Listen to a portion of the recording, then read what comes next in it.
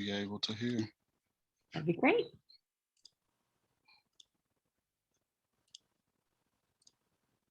My name is Susan Deason. I am the Director of Community Is that better? Relations at Youth Villages for the Anaya Partnership Program. Thank you. I've lived in Memphis for over 30 years, and I have worked in child services for almost all 30 of those years. In the last 10 to 15 years, I've spent a ton of time in schools supporting administrative staff, supporting teachers, and helping to implement classroom behavior management strategies. I also oversee a counseling program that provides intensive in-home services to children and their families, and we provide support to schools in that way as well, in that students who are struggling in particular with behavior challenges can be referred to our program for services to help give them that additional support that they need. Thank you. Well, I'm LaBrenda Thomas. I am a licensed clinical social worker and a licensed school social worker in the state of Tennessee. And I have served at Perea Elementary for 4 years as the Dean of Social Emotional Learning. And my role consists of, I have a very fun role. My role consists of me coaching teachers and supporting them while they integrate social emotional learning into the classroom, and also supporting other staff who we have serving our students and integrating SEL within the school. And I also this year started supporting our SEL coaches. This is very new for our school at this moment. This year, we have 3 SEL coaches who serve certain grades, and so they are coaching our teachers as well. So I am supporting them in that role, and so. In addition to us supporting teachers, we also support our students. So if they need additional support, if they need help with regulating their emotions, or if they need just continuous ongoing support, we have that support for them in-house. Very exciting. Yes. We have a tough topic today. Yes. When you think about implementing social emotional practices that really support kids, but also help teachers keep classroom instruction under control, it can be a really tough ask. Yes. And so, first thing I want to say is a lot of times it's a struggle for kids to maintain their good behavior, and it can also be a struggle for adults as well. Absolutely. So let's talk about some strategies that might help teachers with challenging behavior that they encounter in the classroom. What comes to your mind that can be helpful? Honestly, the first thing, Susan, is teacher self-care. Like, I really cannot emphasize that enough. Because if you are pouring and pouring and pouring, and then you show up to work every morning on empty, you have nothing else to give. So the biggest thing is, before you take care of someone else, you need to take care of yourself. It's almost like the flight attendants who tell us, hey, put your oxygen mask on first. Like, that is literally the same concept. You have to take care of yourself in order to be able to pour into other students. But as far as other things that have been the most helpful working with students who exhibit challenging behaviors is to assume the best, because sometimes we can, a child can display a certain behavior and we just automatically put them in this different box. Absolutely. And then now, because of how this person has or how this student has behaved, now I respond to them that way because of how I have put them in this box or how I have labeled them. So start over fresh every day. I know that is very difficult, but start over every day. Assume the best. in your students, assume that they want to do better, assume that they want to learn from you, assume that they want to display positive behaviors in your classroom. And another thing I would say, Susan, is to overteach procedures, because we think that just 2 or 3 days in or 2 or 3 weeks in is the only time that this student needs to catch on to these procedures. But over teaching those procedures will be very, very beneficial, even if it's from day 1 to day 176, because you're constantly instilling those skills in that student that they need. What would you say? That is really great advice. I love how you talked about assuming the best. I typically tell teachers to not make assumptions about what's going on with kids' behavior, but I love even better assume something positive, assume the best. One of my roles in schools in recent years, over the past 5 years, has been to teach certain groups of teachers the collaborative problem solving approach. And there are many different social emotional learning techniques and curriculums that you can find. But one of the things I think they all have in common is really looking at what happens in the brain. And of course, we know that academic development is arrested when kids are in fight or flight mode. And the reality is that many kids coming into the classroom are in fight or flight mode. And so really thinking about how to regulate the brain is such an important part of this. And so I think it does start with staying curious about what might be happening. So the next conclusion, okay, we're not going to assume anything negative. We're going to try to assume something positive. In reality, these kids can be struggling with something. And we're looking at it and we know, okay, this is challenging behavior. Ask why. I want to better understand what is going on. And sometimes for me, this sounds so simple, but when a student is beginning to display some behavior challenges, just maybe stepping to the side with them and saying, hey, I see you're having a hard time today. What's going on with this? It's not an accusation. It's not an assumption. It's really just, I want to better understand what you're struggling with. So much for us and kids, we're all human, is about keeping our brain regulated and calm. And so any of these strategies that you may have heard over the years, deep breathing techniques, taking a time out, these are very simple strategies. Remembering that those same strategies apply to yourself. So maybe you need a minute to collect yourself and calm down, just like LaBrenda talked about self-care and the importance of that. So I would say applying those regulation strategies to yourself, but also, and I would play off of what you said with overteaching, really teaching those expectations. What is it that you expect from them? But then also really finding ways to address challenging behavior in a non-confrontive manner. And it's so hard not to be confrontational because, again, our own emotions play a role, right? And so with that being said, probably my number one piece of advice when things may start to escalate with a student is to try not to power struggle. And I think that can be particularly tough ask when someone is frequently not meeting expectations and not following classroom rules. That can be really challenging.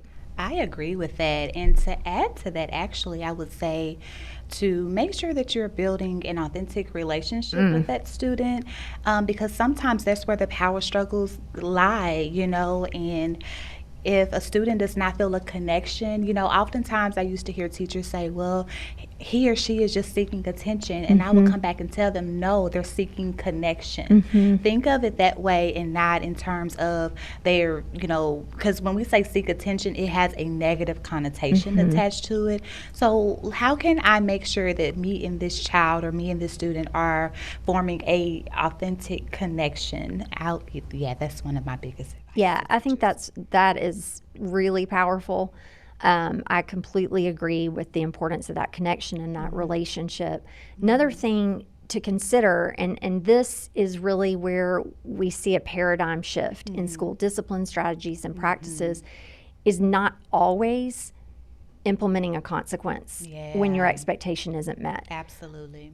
Now, I will be clear, when there is challenging behavior, sometimes there needs to be a consequence. Yeah. And I understand that. Sometimes we want to teach a lesson. Right, right. But we also want to leave room for that positive relationship to grow and develop. And harsh discipline can actually re-traumatize our students. And so by no means am I saying that there should be no discipline, but discipline should be designed to teach rather than to punish. Absolutely. And so I think keeping that in mind, and again, that is easier said than done. It is. But I have several mantras that kind of keep me regulated. Yeah. And one is I say they're not giving me a hard time, they're having a hard time, which subtle difference there. Yes, But when these kiddos are really struggling, just remembering that they're not intentionally making life difficult for me or for that teacher. Yep.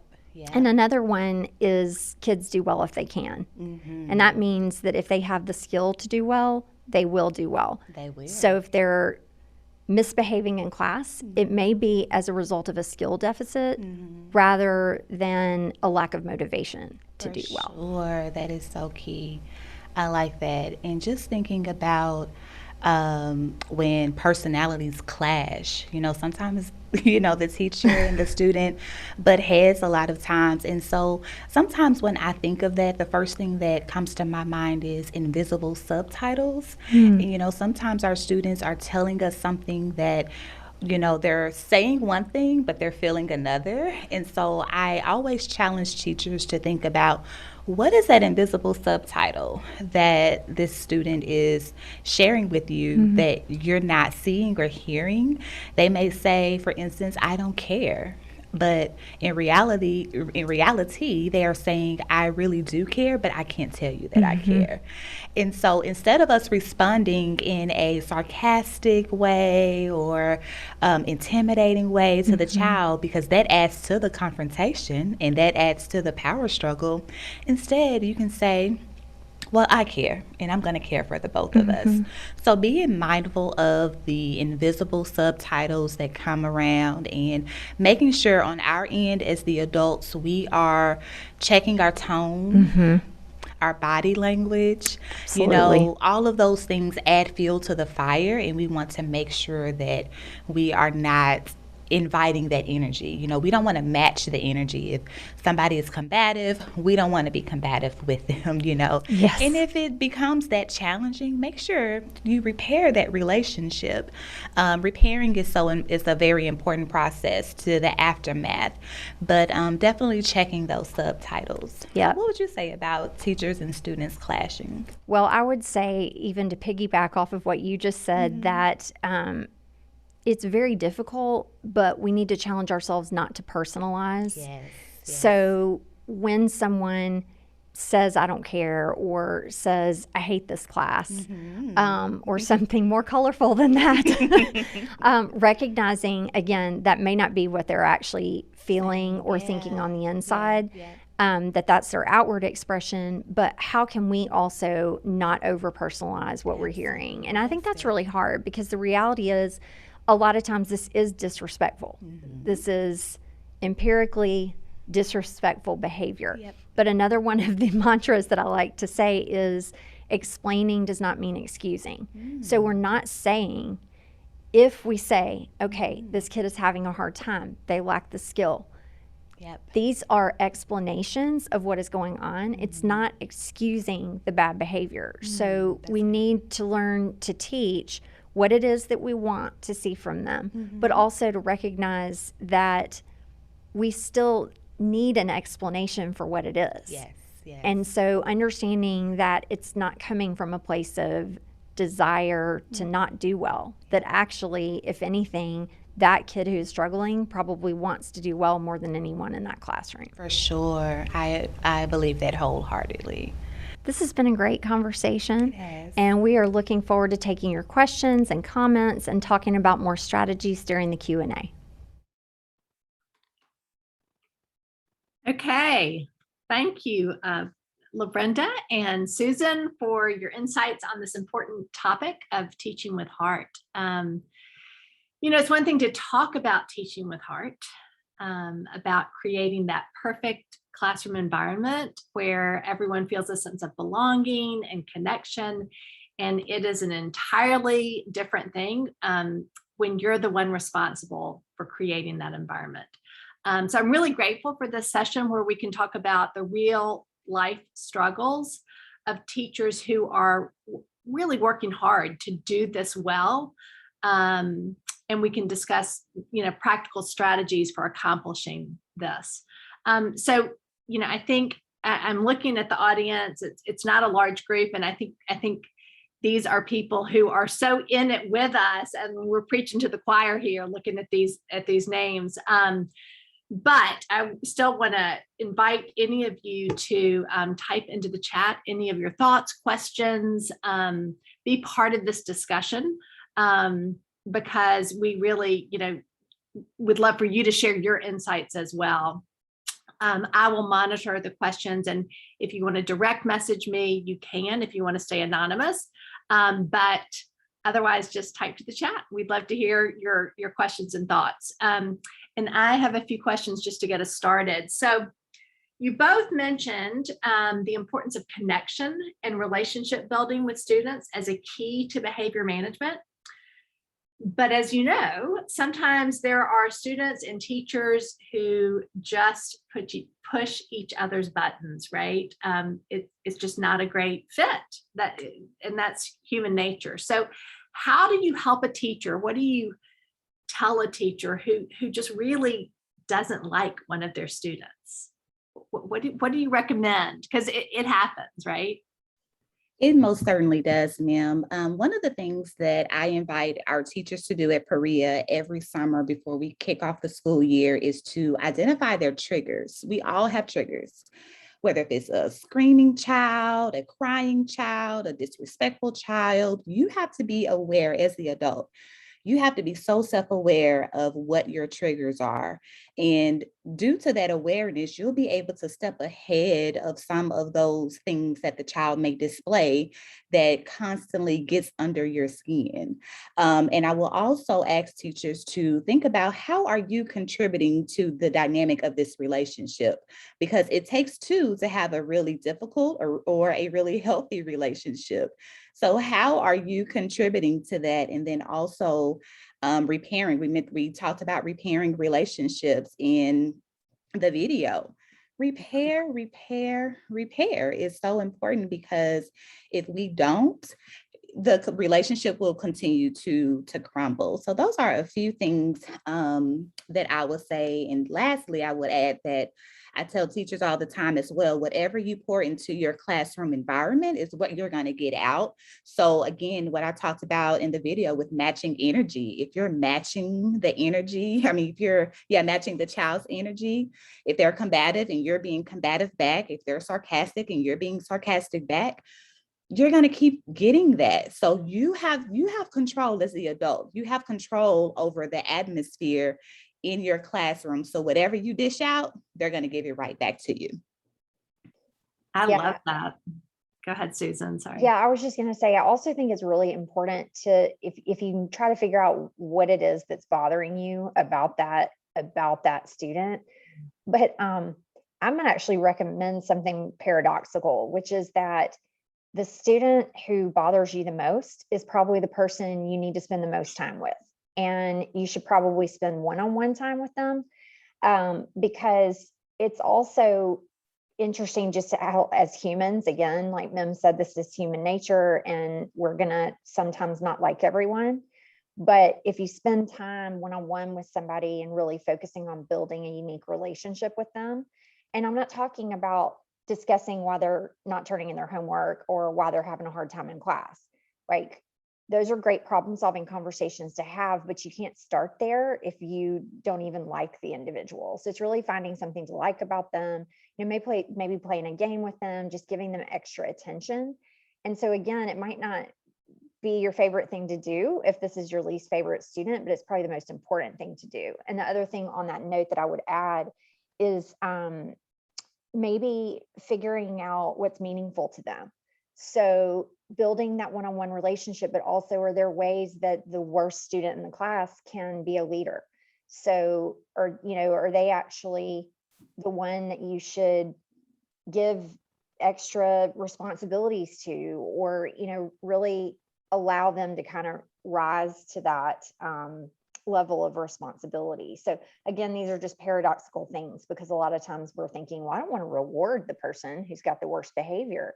But I would say think of it less as a reward and more about reinforcing what it is that you want to see from them, and making them feel special, making them, maybe part of the reason we need to empathize and understand, maybe part of the reason that they give you such a hard time is because they, have something horrible going on at home, or they have a terrible time sleeping, so they come in cranky, or, I mean, it could be any number of things.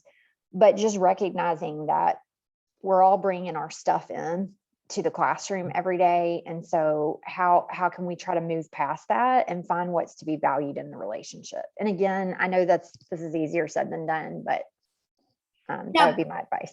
By getting to know, spending that extra time with the child to get to know them better, you're more likely to get, into that story and have a better understanding that will help you grow compassionate, empathetic, all those things. I mean, I think that's brilliant.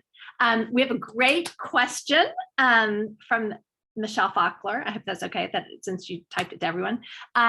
She asked, what are some strategies you would recommend that can help a teacher move beyond a knee-jerk reaction towards a more nuanced response in the moment when a student isn't meeting expectations? And how can we be more mindful in the moment? That is so good. Is really, yeah, that is really good. I'm really big on choices. Number one, let me back up. I'm really big on time, because think about us as adults when we're not in the moment, if we're dysregulated, or if we're having a fit internally with, with whatever we have going on. We don't want someone consistently pushing and pushing and pushing. So I would say, number one, time. Give the students some space and some time to get whatever is going on emotionally under wraps. Ask them, hey, do you need some time? Do you need 5 minutes? Do you need 2 minutes? Just something to engage them in that process. And once that time is up, let's try to do a little bit repairing. Let's debrief about this space that we were in. And then let's think about what are our next steps. These are our 2 options that we can move forward with. And whatever those options are, make sure that you are okay with whatever those options are. Let's say this child was throwing a fit about sitting in a particular seat. They wanted to sit by someone, or they wanted to sit on the carpet to do their work. Okay, well, those are not our options right now. The expectation is that we do our work at the table, or we do our work at the teacher's table, or whatever, just throwing some ideas out there. But you just tell them these are our 2 options. And hopefully after the child or the student has had an opportunity to calm down, they will be okay with or be more receptive of the choices that you all have that you have presented. And then they are in control of whatever that choice is, because they chose it.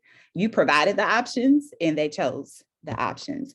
So those would be the 2 key things to start out with: giving them time, let's debrief after that time, and then let's give some choices moving forward.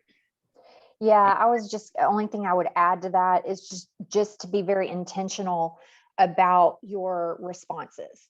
So, I mean, sometimes it's as simple, again, LaBrenda's suggesting give that student some time, but also give yourself some time. You might have to implement something like, there is a rule that when you're getting pushback or challenged, that you are literally going to count to 5 before you respond to it, or you're going to decide, do I actually need to address every single time my expectation is not met? Or could I let that go and come back to them a little while later and say, again, as I mentioned in the video, like, hey, it seems like there's something hard about, getting back in your seat when it's time to go back to our seats, or whatever the expectation is, it's not being met. It's really posing to them, there seems to be a struggle here. What do you think is going on with that? One of the things I think we forget to do is to just ask what is going on with them. And, again, this is, where we get into power struggles and sort of my way or the highway. I'm the adult. I'm not going to have this child talk to me like this or, disrespect me in the classroom. And I think that that's probably one of the hardest things, is to recognize that there is already a built-in power differential. So try to remind yourself that, like, that knee-jerk reaction, again, that's about our own dysregulation. We actually do have control. We are the adults. So we don't need to further differentiate that power dynamic, because the students already feel like they don't have control.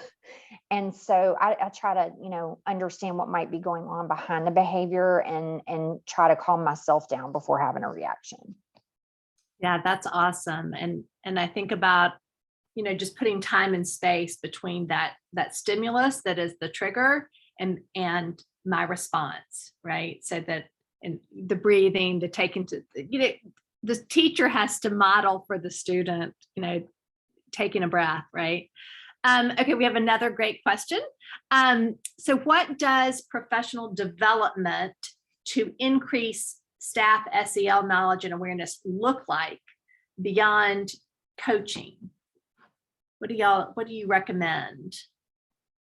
I mean, personally, I think it is about coaching, but it's also about, oh gosh, I mean, I think you have to be really intentional about, like, for example, the collaborative problem solving approach I told you all about. Like, to me, that is an opportunity to sit down one-on-one with a student and come up with a solution that's mutually agreeable between that student and that. So you're really engaging in a partnership with the kid. And I think teaching teachers to partner with their students in that way is really powerful.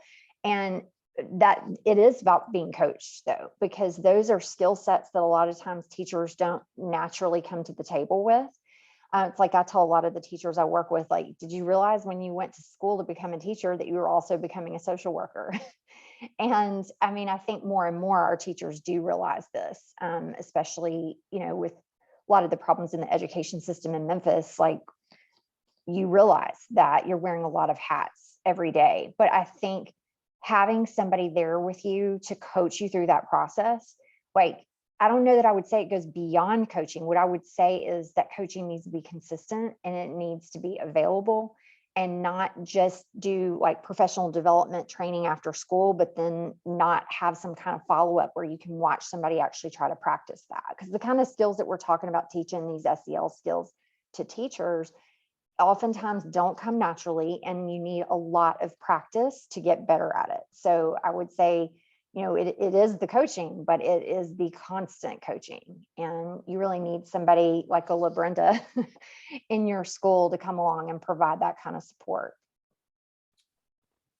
And I would add, and this may sound like we're trying to make teachers clinicians, but I honestly feel like you cannot implement SEL in your school without some basic background knowledge on mental health, on trauma, on ACEs, on just developmental stages. Sometimes I have teachers who have very high expectations for students and not really realizing that, oh, they're just 6, oh, they're just 7, just because they can articulate and they can have, meaningful conversations with you as an adult, it does not mean that developmentally they're going to be at a certain level. So you have to keep that in mind. I think those psychology 101 type of topics really need to be taught first. You need to understand how the brain is wired.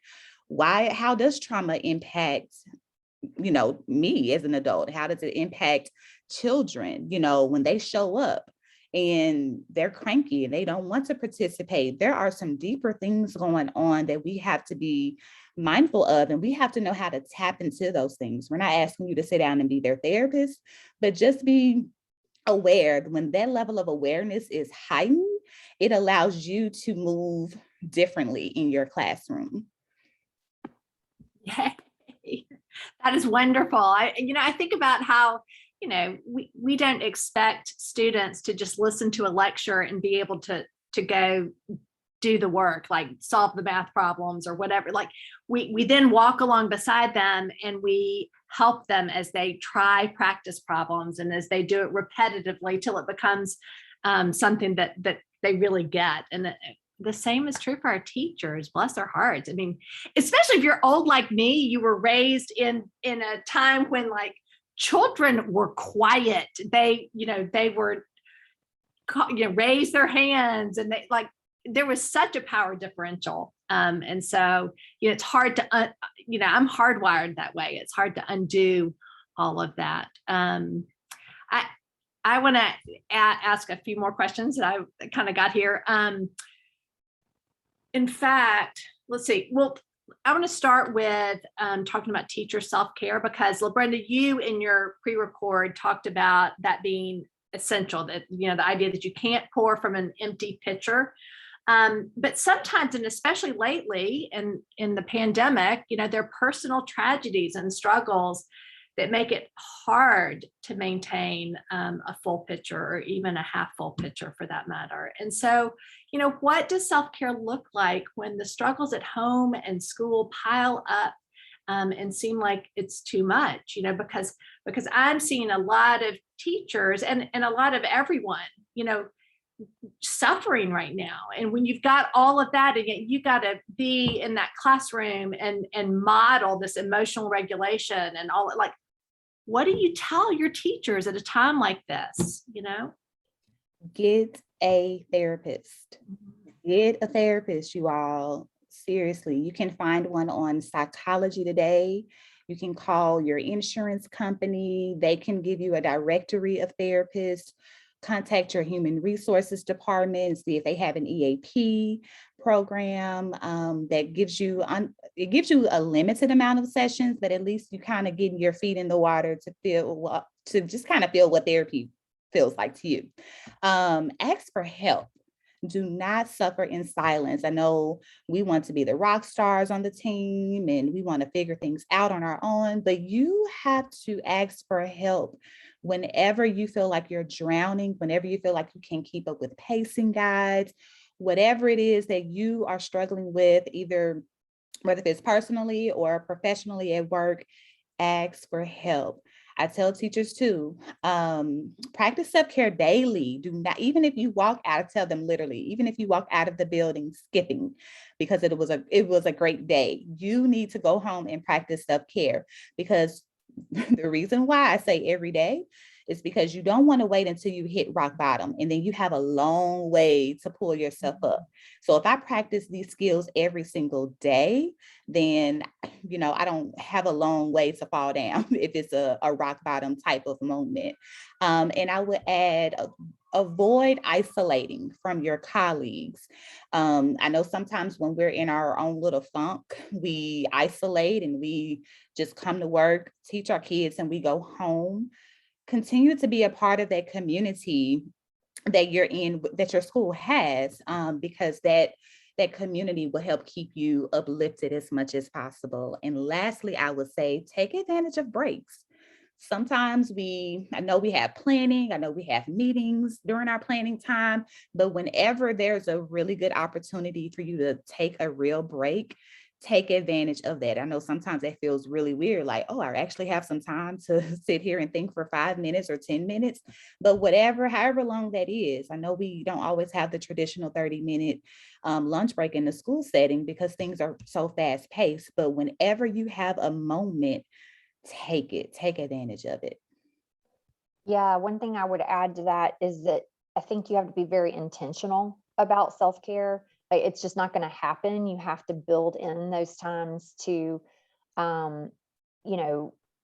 whether it is taking a break, like LaBrenda just said, or maybe it's something that makes you feel better to do after work, but, it could be working out or going for a walk or having, dinner with a friend, but you have to be intentional, because before you know it, you're just kind of in that routine where you're, sort of rolling home at the end of the day, exhausted. And, without intentionally planning for self-care, a lot of times it takes a back seat to our work. But then the other thing that I would say is that you have to also become better at setting boundaries and realizing what you can and can't control. And one of the things that I've learned, and this is where I think it's also very individualized, right? Like across the board, people are like snowflakes or fingerprints, and none of us are exactly alike. So you have to kind of figure out for yourself where some of your challenges are interpersonally. But for me, it's negative self-talk. Like I was a adult before I really started becoming aware of the negative tape in my head. So if I was running late somewhere or I was stressed out about something, it was a constant like, you should have done this, just beating up on myself. And I have learned over the last 10 years the power of telling myself, you're doing the best that you can, you're going to be fine, you're doing a good job, and like giving myself a pat on the back, which I think, and again, that's not necessarily, that's an individual struggle of mine, but I think if we're honest with ourselves, a lot of us have something like that going on in the back of our minds. When we're under stress, we can go to a really harsh place with ourselves. And so for me, self-care a lot of times is about just cutting myself some slack and realizing that I'm probably holding myself to some unrealistic expectations, especially during a time. I mean, look at us, we're on Zoom right now. 2 years ago, we weren't doing any conferences, over video, and our whole worlds have changed. So I think right now it's more important than ever just to set some realistic expectations for yourself and let yourself off the hook. Yeah, that's great, y'all. Y'all are amazing. One of the things that Dr. Simmons referenced in her talk was this idea of white supremacy. That if you're not careful, SEL can turn into white supremacy with a hug. And I heard her say that years ago, and it really stuck with me. And I do think that a lot of educators come to SEL and embrace it because they think it's going to help them control student behavior.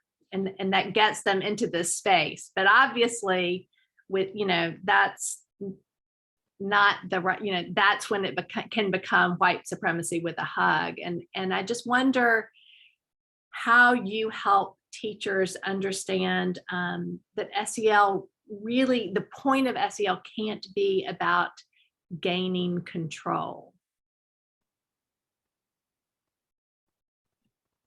I have this conversation pretty often, and I literally had a teacher ask me yesterday, so at what point do we hold children accountable? And SEL is not about gaining control, it's about teaching the skill. And so how I broke it down to him was like, okay, listen, are your children on the same level academically? No. Okay, so how do you bridge that gap academically? Well, they go to this person for intervention, and, I got this in place, I do this, I do that. It's the same thing. You have to integrate, when you're integrating SEL and academic in your classroom, just like you have these special interventions and accommodations for their academic needs, you need to have the same thing to reach their social emotional learning needs. Children show up without the skills. And we have this expectation that just because I said this is the way it needs to go in my classroom, tomorrow you need to show up and the expectation needs to be met. It does not work like that. Now, granted, you may have some children who are in your classroom who are considered tier 1 social emotional learning wise. They may be at a 10. But guess what? You may also have some children who are tier 2, tier 3 who are at a 3, and you have to meet them where they are. Don't try to tell them, hey, you need to meet us up here. We're all at a 10. We're all over here. You need to meet us. No, you meet them where they are. You have to be very flexible about how you can accommodate them, because you need to build up that skill set in order for them to be at that 10 with the rest of your group. So it's not about, I got to control this kid. I know we are so caught up in the old school way of doing school, but this is a really different world where some children are lacking some of those skills, and it's no fault to them. It's just a developmental thing. Back in the day, our teachers just yelled at us and we were just so scared. Like, we were too scared to get out of line, and we don't want to build a fearful relationship. Like, I don't want to comply with you because I'm afraid of you. I want to respect you. So do you want fear or do you want respect? So that's what I would say to that. Yeah, I think one of the things that I try to keep in mind is the importance of internal motivation and the development of that for kids. And when we are control oriented, we're about consequences and rewards. What we actually do is we decreases somebody's internal drive. We decrease that because at this point, they're getting externally motivated. Like, if you do this, then I'll give you extra time at recess. Or if you don't do this, you can't go outside to play today. Okay. So we get kids only focused on what they're going to get or what's going to happen to them. And we really, I think as educators want kids to want to learn and want to behave because it makes them feel good. Right. And to build that internal drive, we have to remember that actually what builds that is a growth mindset and giving them some ownership and some choices and empowering them. And so again, I think this just dovetails to LaBrenda's point, like, you're not losing out on anything to respect a student individually and to, have a conversation with them rather than going consequences first. But I will say again, and this is back to Mem, like, this has been a paradigm shift. So there's a lot of educators that this is just flies in the face of what they've learned throughout their career or, what feels comfortable. So I also think it is about spending time. Like, we can't just say this is how it is, because teachers need time to grow in their mindset and shift their own mindset. Absolutely. Amen. That's wonderful. Yes, especially us old teachers, but all of us, has to do with how we were parented, and how we were taught and all the things. Y'all, I'm getting the signal that it's time to wrap it up. And I wish we had more time, but thank you both so much for being here and all of you for being part of the conversation. I hope that, you walk away with some new practical ideas and strategies to take back into the classroom. And I hope we can all find a way to continue this conversation and to continue to support one another in this work. So we look forward to seeing you back here tomorrow for another dynamic day. Have a great evening, and you can just click leave to leave the session, and we'll see y'all tomorrow. Thank Thanks, y'all. everybody.